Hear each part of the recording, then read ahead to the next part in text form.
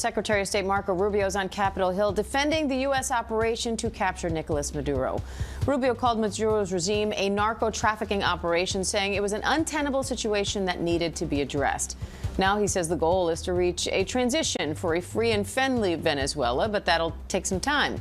Rubio says the U.S. has also entered into an arrangement to oversee the sale of Venezuela's oil, calling it a short-term mechanism to ensure those funds benefit the Venezuelan people.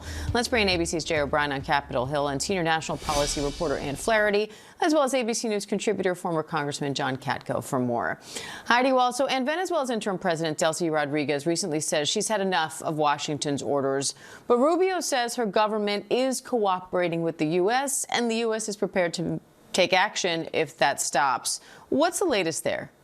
Yeah, Diane, what we heard was the first really full-throated defense by the Secretary of State about the capture of Maduro in Venezuela. He said that, look, just 3 short weeks ago, we had a government that was very hostile toward U.S. interests. They were pirating oil around the world, selling it cheap to China, entertaining envoys from Russia. And now, look, they're dealing directly with us. He was questioned for the very first time about the money, about these seized oil tankers. He says that the United States took about $500 million from one sale of oil from Venezuela. $300 million it immediately had to give back to Venezuela so that they could pay their government workers, their sanitation workers, for example, just to keep everything afloat. The other $200 million, he says, is now still sitting in a U.S. account, or I'm sorry, rather a Qatari account. But he says that's going to be moved to U.S. Treasury and that the U.S. will control the purse strings on all of that and will decide every next step that happens with Venezuela. Diane. And John, as Ann mentioned, Senator Shaheen pressed Rubio on how the administration's ensuring these oil funds don't go back to Maduro loyalists and drug traffickers. Do you think he did enough there to ease those concerns? I think he did. And I think what was remarkable about this hearing, at least a portion that we heard, is that there was general consensus that they're going in the right direction in Venezuela. Some may argue with the manner and method in which they did that. But I think they're all were vitally concerned about Venezuela.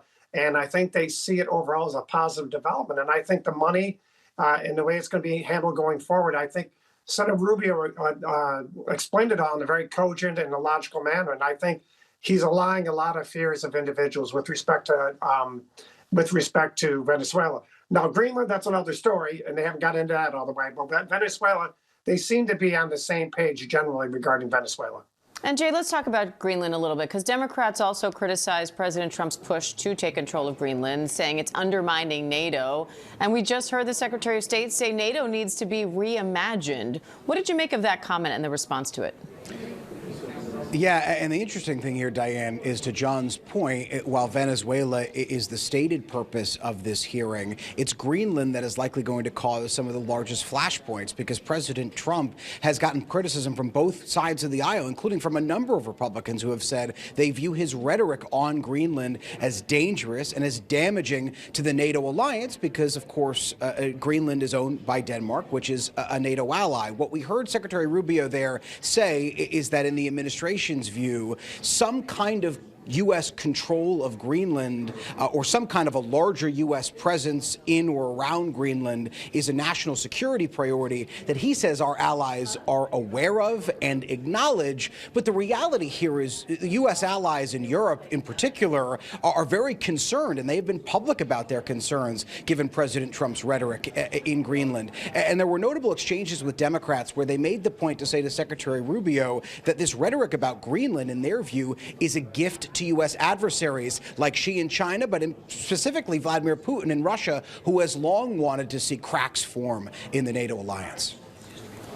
And meanwhile, President Trump is also warning Iran to quickly come to the table and negotiate a deal on nuclear weapons. He says a massive armada is heading there. What are you watching for on that front?